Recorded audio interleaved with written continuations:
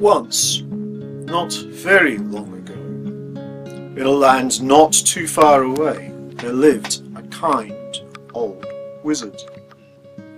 Unfortunately, he was rather forgetful.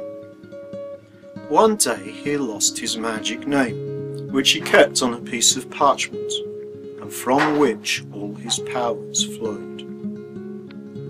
He began desperately to search for his name. This, however, is not his story. It is the story of his dear friend and familiar, Furfel. "Oh, Furfel," said the wizard with a heavy sigh. "There isn't a spell I haven't tried, but so far all of my efforts have been in vain, and already my powers are beginning to wane. Indeed, I believe I have little time left before I shall be completely bereft of my magic powers. Forever, I'm sure. And then I shall be a wizard. No more." But Furfel, distracted, never heard even one of her master's words, for she was suddenly seized by the need to roam, to seek adventure far from home. She felt a yearning deep inside, a longing that couldn't be denied, to journey west with the setting sun, beyond the beckoning horizon. "Farewell, Furfel. Remember always, should any ill befall you, your strength lies not in your muscles, but in your mind."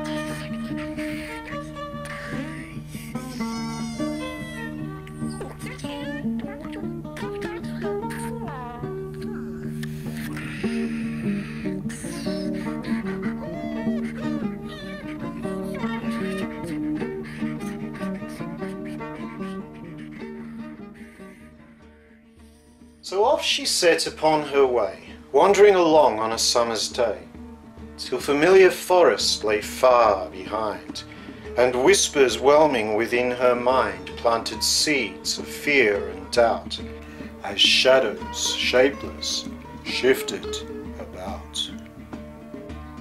The brooding, encroaching, menacing trees creaked and swayed, though there was no breeze. And all the inhabitants of these parts were so strange and frightening, Furfel started to wish that she'd stayed safely at home, not foolishly come out wandering alone.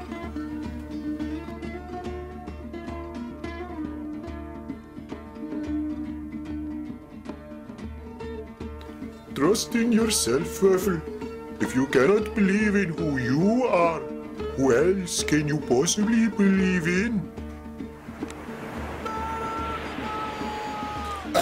Me hearty, I've been searching for treasure, and I found it in your soul. Come here, me land-loving lass, and let me cut it out of ya. Let him cut it out of ya! Let him cut it out of ya!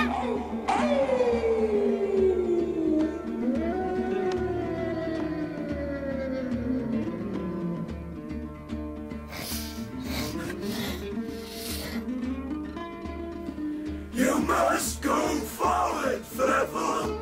You cannot turn back now. The road behind is closed forever. Chill out, babe. Get hip to the beat. Just follow your nose and groove with your feet. Hello, little lady. Wanna come and play? If you're searching for a good time, I can help you find a way. Such a sweet and simple soul, such and you shall see. If you sink inside yourself, your source of strength, your destiny.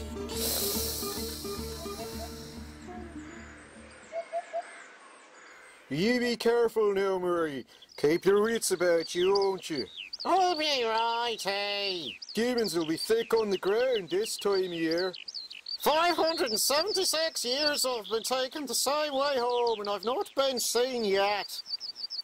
As the sun was about to set, Furful, lost and beginning to fret, was suddenly taken by surprise, for an inn appeared before her eyes. Her mouth was parched, her feet well sore, so she hastened straightway for the door, licking her lips and thinking of food, which instantly improved her mood.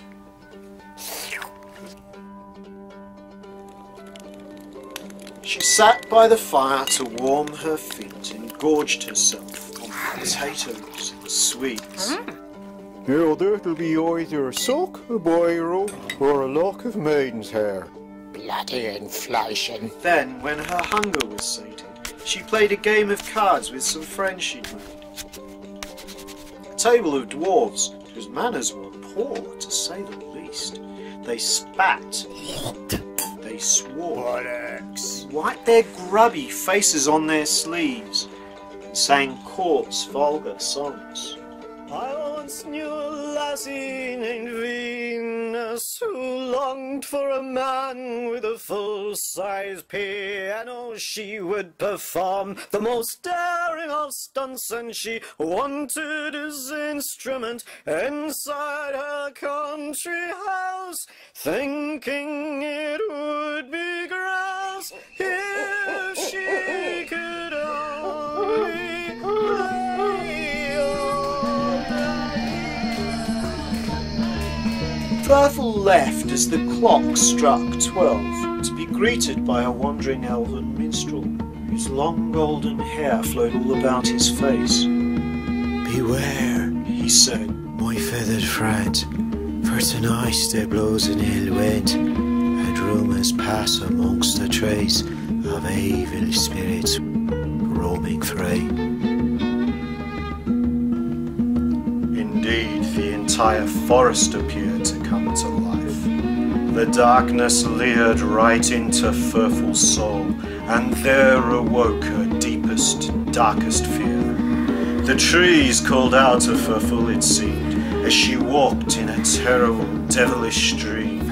Some laughed insanely, others cried out wretchedly into the night. With every step, her terror grew, till suddenly she stepped into a glade that was filled with a hideous smell, where wicked witches were working the spell. Lizard skins and innocent, keep cauldron hot within. Black from coal and Freddy's hole. A lizard's name. Lizards, Shadows flying through the sky, spreading their come. Frenzy fled to the eyes, spirits who delight in mischief. I summon you this night. Furful, sickened, was taken aback by the ugly crones chanting their sinister black magic spells and cantations, their foul supplications to the forces of darkness, their rank evocations. And then, in one terrible instant, she knew why she was there, what she must do. Smothering her fear, resolve aflame, she leapt and rescued her master's name. How the witches, their wicked plans thwarted, were seized by rage, a venomous hatred. Success denied at the culmination of their base depraved conjuration. Like hounds they chased her unrelenting, through bog and thicket, nothing preventing them closing the gap that separated them, till Furfur could feel the heat from their breath.